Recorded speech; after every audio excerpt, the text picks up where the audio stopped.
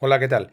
En este vídeo voy a hablar de la primera de las tareas del bloque tercero de Historia de la Filosofía. El bloque tercero se dedica a la historia de la filosofía ya contemporánea y esta tarea es la de Marx y Nietzsche, problemas y soluciones. Vamos a ver primero qué es lo que hay que hacer en la tarea, ¿no? Como siempre nos vamos a su desarrollo, su descripción y aquí, ¿qué nos encontramos? Bueno, pues son dos escritores, uno inspirado en el pensamiento de Marx y el otro en el de Nietzsche, que hablan ante una audiencia, discuten entre ellos, delante de una audiencia que no tiene un conocimiento técnico especial de uno y otro, sino que van a tener, digamos, una noticia de primera mano, en este caso, de lo que pensaban Marx y Nietzsche. ¿Sobre qué cuestiones? Bueno, sobre aspectos que tienen que ver con la tradición de nuestro pensamiento, la situación en la que se vive, el padecimiento humano y cuáles son las soluciones que uno y otro propone. Vamos a verlo más en concreto. Dice, bueno, en ese debate entre ellos y también con interacción del público, se plantean cuestiones, dice, en torno a las ideas predominantes en nuestra tradición cultural, lo que es nuestro pasado histórico. Estamos hablando del siglo XIX, pero podríamos hacerlo extensible hasta ahora en general, ¿no? Porque digamos que su crítica a la tradición es bastante amplia y tiene su arranque, digamos, en el comienzo de la historia. Dice, los problemas con los que se enfrenta el ser humano contemporáneo, que también de alguna manera podríamos hacerlos extensibles a la actualidad, dice, y que le niegan su verdadera realización. O sea, ¿qué es, cuáles son las claves del padecimiento humano? ¿Por qué el ser humano no consigue realizarse plenamente? ¿Por qué el ser humano no encuentra en este mundo la felicidad que podría llegar a alcanzar en condiciones ideales? Bueno, ese análisis de la tradición, del padecimiento humano y también de las soluciones que uno y otro proponen para el logro final de la emancipación y de la plena realización humana, ¿no? Dice, esto lo van a hacer de una forma espontánea y a partir de casos particulares o ejemplos. O sea, que se trata de hacerlo accesible al público. No se trata de traer ante el público una extensa documentación sobre lo que decía exactamente uno y otro en cada caso, sino traducir eso en algo concreto y que se pueda comprender por parte de la audiencia, que como decía también puede participar haciendo preguntas que lo lleven todo esto a lo concreto, a partir de casos específicos, situaciones que podamos reconocer. ¿Qué diría Nietzsche o qué diría Marx en este caso en particular? Bueno, como siempre, se trata de lograr con esta tarea no tanto un conocimiento enciclopédico exacto de todos y cada uno de los postulados al detalle máximo, sino de lograr trazar un perfil que nos haga comprensible en sus aspectos generales los pensamientos de uno y otro autor. Que esto nos sirva también para reconocer en el marco de la producción cultural actual cuando una persona está empleando postulados marxistas, cuando está empleando postulados nietzscheanos y qué es lo que en un caso y otro todo eso implica, la visión general que se tiene de la realidad, del ser humano, del curso de la historia, etcétera, ¿no? Bueno, pues vamos a ver más en concreto algunos aspectos que habría que hacer aquí. Bueno, en principio, diré que esta tarea admite distintos grados de realización. Una más pegada a los postulados específicos, esto decía Marx, esto decía Nietzsche, al menos aquí hay que intentar poner las cosas en un mismo plano para que haya una comparación real y no un diálogo entre sordos. Y luego habría otra posibilidad de mayor nivel, que sería utilizar los planteamientos de uno y otro como un fondo para el análisis de circunstancias concretas. O sea, ahí están las ideas que nos sirven para dar una interpretación de estas cosas, más que poner en un primer plano las ideas.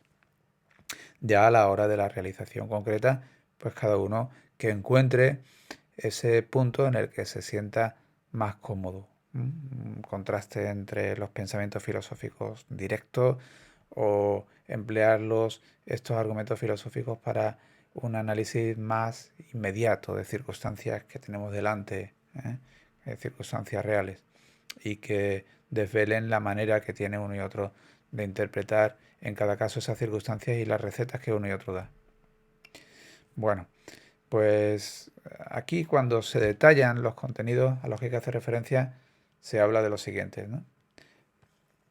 En el caso de Marx, dice crítica al idealismo-capitalismo, alienación, ideología, materialismo histórico, revolución social. Bueno, hay que tener siempre en cuenta el trasfondo.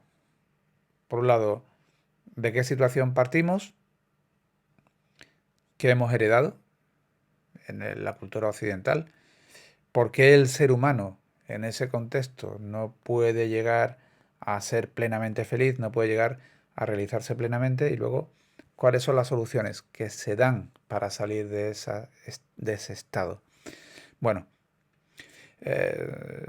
son dos autores con perfiles muy distintos, que aunque vivieron en la misma época del siglo XIX, digamos que hablan con lenguajes muy diversos.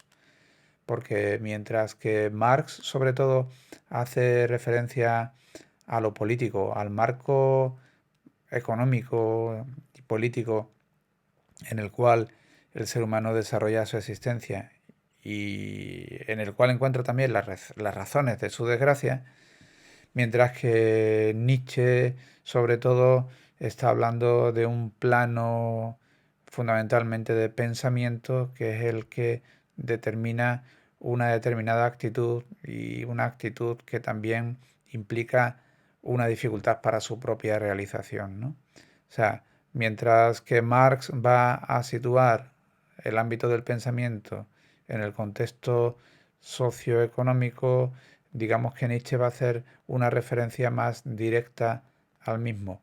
Pero tanto en un caso como en otro, esas ideas van a ser una clave para explicar el porqué de la desgracia humana y de su dificultad para su realización.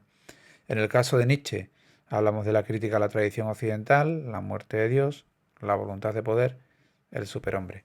Bueno, pues voy a intentar aclarar un poco más todo esto. Como digo, en el caso de Marx es fundamental el marco económico, político y la manera en que el ser humano desarrolla su existencia material concreta para explicar el porqué de las dificultades por las que atraviesa. Dice, aquí viene lo primero, crítica al idealismo, al capitalismo, etcétera, o sea, lo que es el mundo del pensamiento. Bueno, pues Marx tiene como referencia en su época la filosofía de Hegel, que es un filósofo idealista y desarrolla un método dialéctico según el cual eh, la realidad no es algo estático, sino que está sometido a un curso de progreso sucesivo, un progreso que viene marcado por la contradicción de elementos opuestos que mm, esa contradicción que implica una lucha entre opuestos y momentos sucesivos de contradicciones que se van también progresivamente superando. Eso lo desarrolla él en un plano puramente ideal, abstracto, en una filosofía de una gran complejidad, que viene a ser, en resumen, que lo ideal en su propia dinámica dialéctica va siendo sujeto de un progresivo desarrollo y superación constante, y que se manifiesta también en nuestro mundo material. Digamos que el mundo de la naturaleza sería la expresión de la idea en su desarrollo dialéctico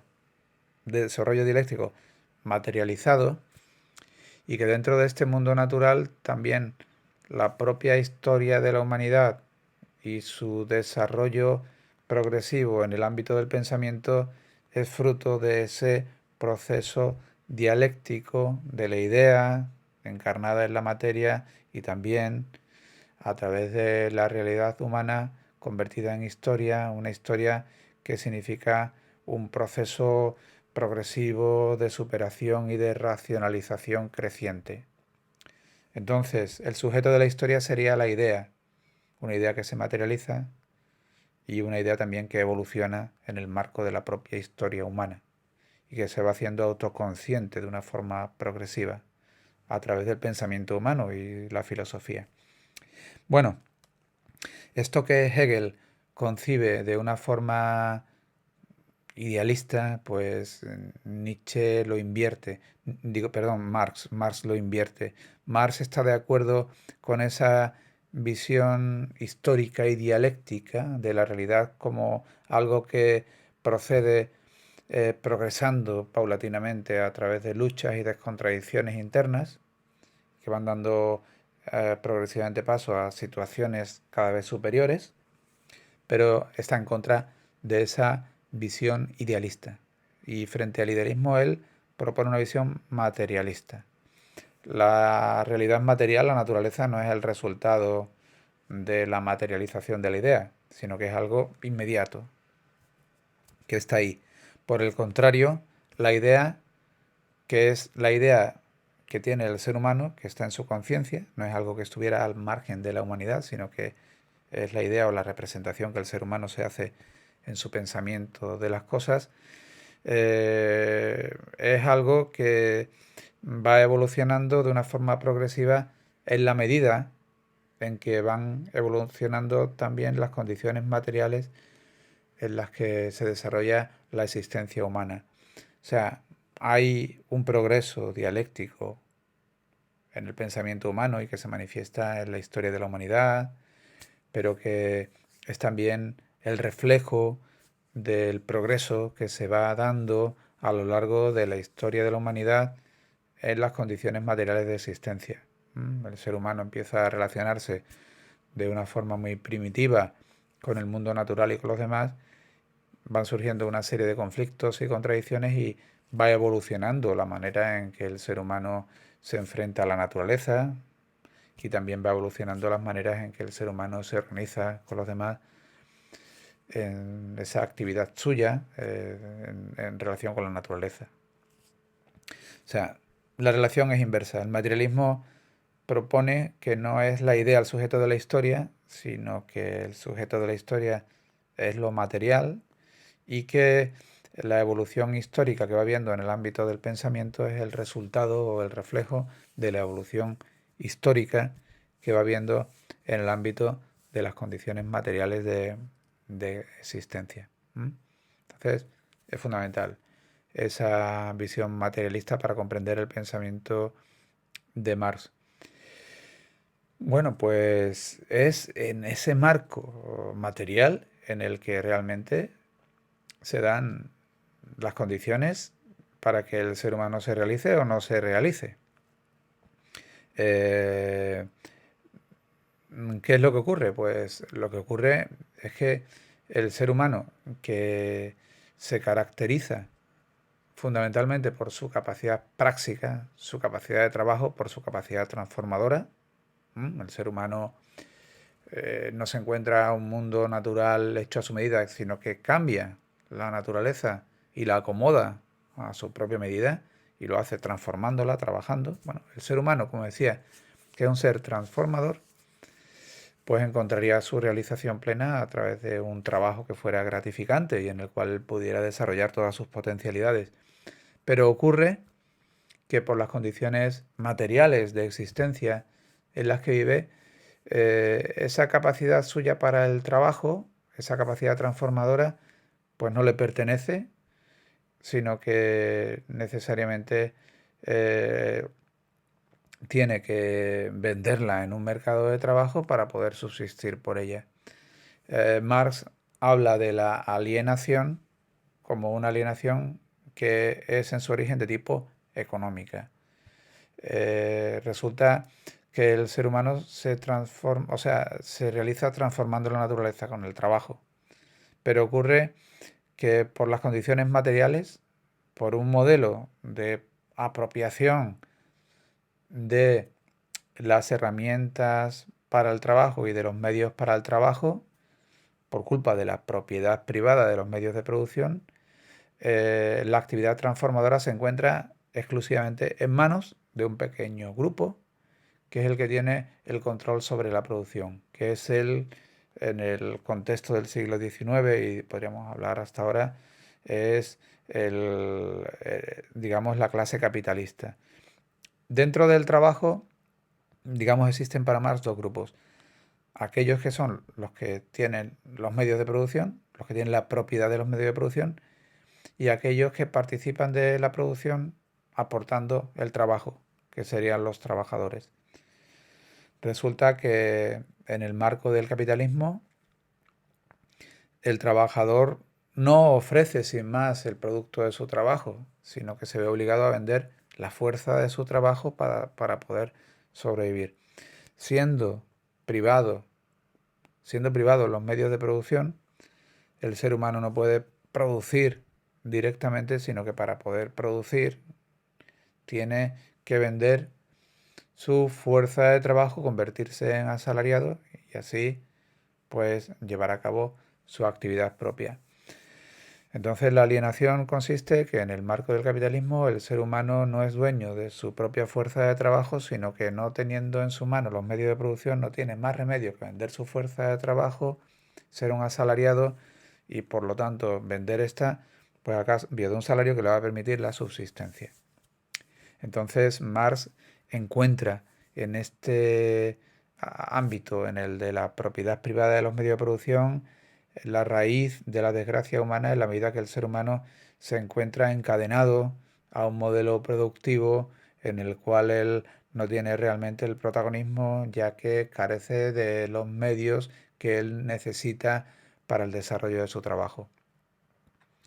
Bueno, pues aquí está, digamos, la clave, la alienación económica. El ser humano que se encuentra sometido a un trabajo en el cual se encuentra forzado para poder subsistir porque no está en su mano los medios de producción, ni la tierra, ni tampoco la energía, ni tampoco, bueno, todo lo que son las materias primas, ni los instrumentos de producción como pueden ser las máquinas, etcétera. Todo eso se encuentra en manos privadas. Él solo tiene su fuerza de trabajo, entro a una hora, salgo a otra hora, mientras tanto trabajo para otro y va a ser otro el beneficiario de mi trabajo y el que realmente va a obtener del mismo una plusvalía, un beneficio en relación con lo que tuvo que gastar, ¿no?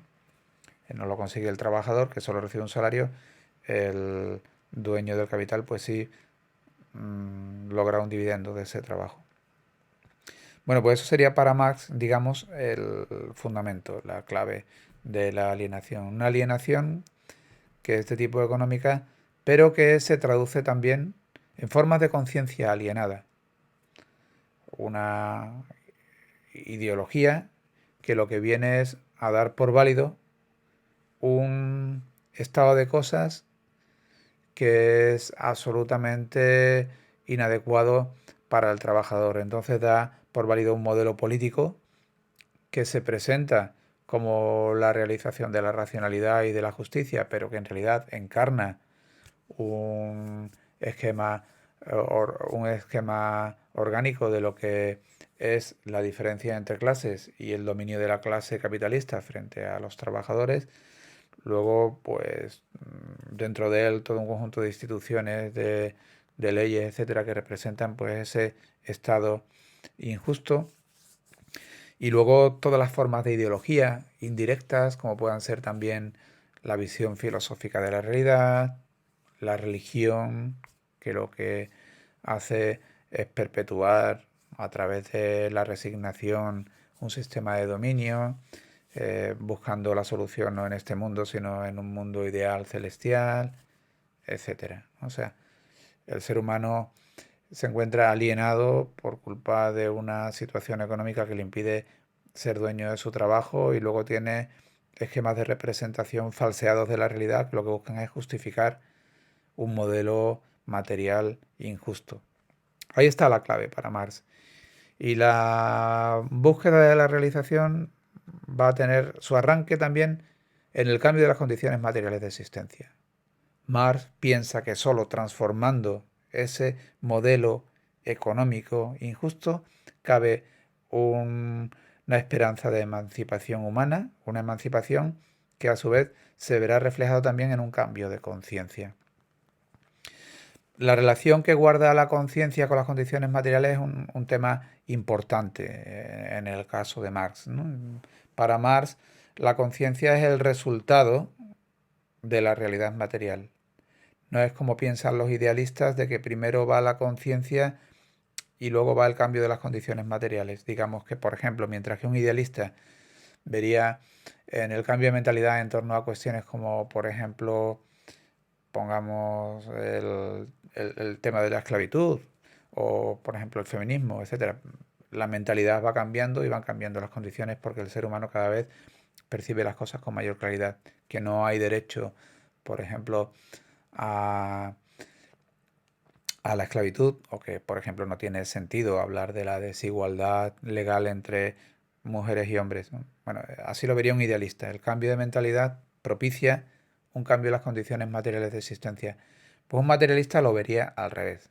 Los cambios en las condiciones materiales de existencia, porque se van dando una serie de contradicciones y conflictos que hacen que las cosas estallen y tengan que cambiarse, pues van provocando de forma paulatina un cambio en las mentalidades.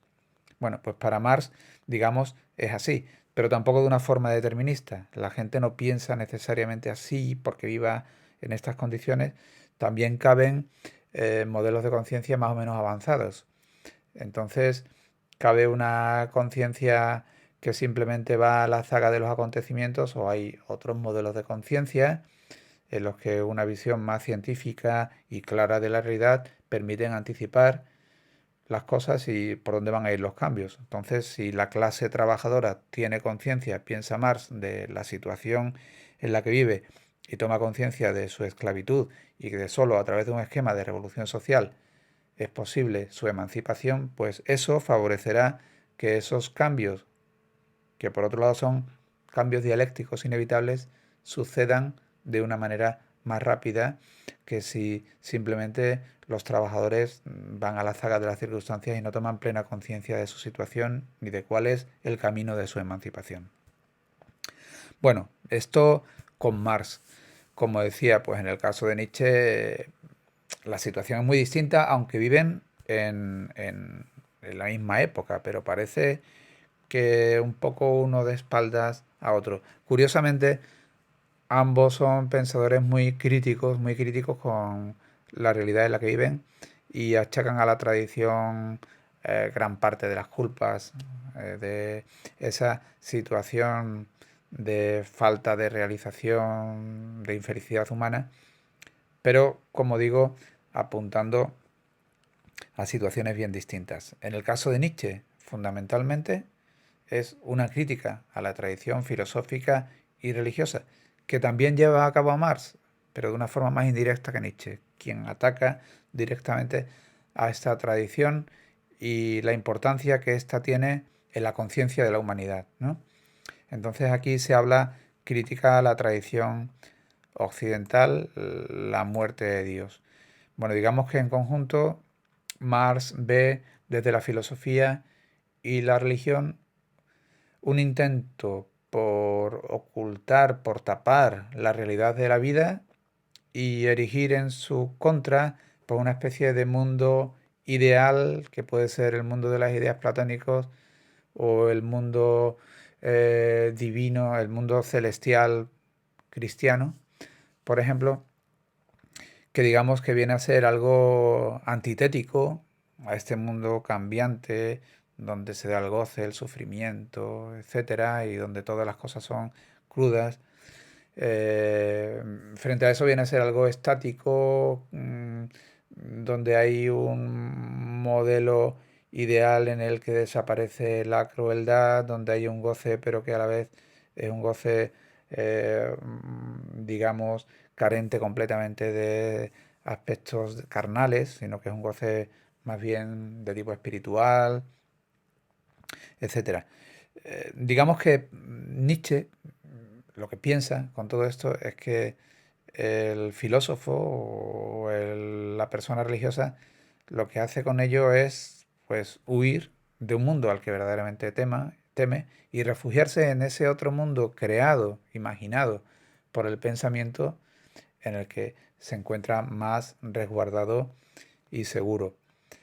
En el fondo, lo que Nietzsche está viendo en esto es una construcción de personas débiles frente a aquellos que encarnan de una manera directa pues todas las potencialidades de la vida, frente a personas fuertes que encajan con coraje la vida, que gozan de ella, que tampoco temen al sufrimiento, a la lucha, a la muerte, etcétera, ¿no? Entonces digamos que el filósofo se refugia en su pensamiento y su pensamiento pues lo que hace es enmendar a la vida y crear algo pues completamente contrario. Esto se refleja, por ejemplo, en el mundo de la moralidad, donde ha habido una inversión de los valores y lo que inicialmente era bueno, porque era el derroche de vida, la fuerza, el poder, el goce, etcétera, se convierte en lo malo. Entonces, lo malo es todo eso, disfrutar de la vida y dejarse llevar por ella en la plenitud. Lo bueno está justamente en lo contrario, en el sufrimiento, en la negación, en la aceptación de aquello que parece inevitable, etcétera. Ha habido una conversión de la moral a favor, piensa Nietzsche, de los débiles y que pues en el fondo pues lo que muestra es la incapacidad de quienes no están a la altura de la vida y los que a la vez pues sienten un gran rencor por aquellos que sí son capaces de vivirla en toda su potencia, ¿no?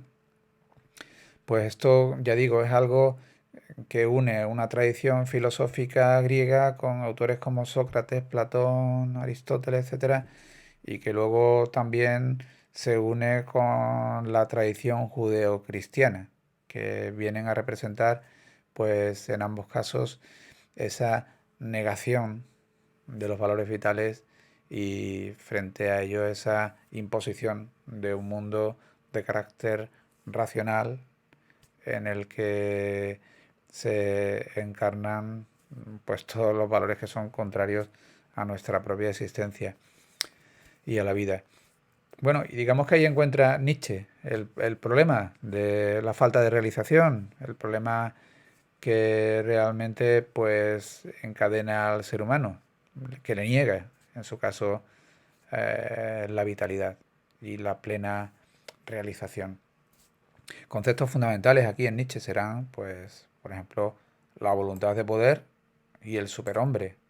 La voluntad de poder, que digamos que es el hilo conductor del pensamiento vitalista nietzscheano.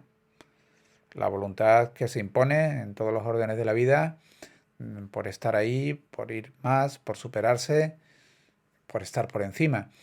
Algo que expresa la misma realidad de la vida y como os decía, pues que es muchas veces tan contrario a ese otro mundo idealizado propio de la filosofía y de la religión. Y luego lo que es el ideal del superhombre, que será para Nietzsche también ese vehículo de liberación. Aquí podéis ver esas fases que describe Nietzsche en Así habló Zaratustra, en el paso del camello que soporta la carga de una tradición que se le impone y que le niega su propia realización, al león que se enfrenta con ello, se revela contra esa carga y dice aquí estoy yo, atraviesa una época de nihilismo porque todo ese mundo en el que él había creído, el mundo de lo divino, el mundo de lo celestial, encarnado una moralidad, etcétera, se desvanece, se viene abajo, todo pierde su sentido, pero que luego renace, renace como un niño que recupera la inocencia y que acepta la vida tal como le viene, sin intentar imponer sobre ella criterios de carácter racional que la encorseten, que la estrechen, etcétera.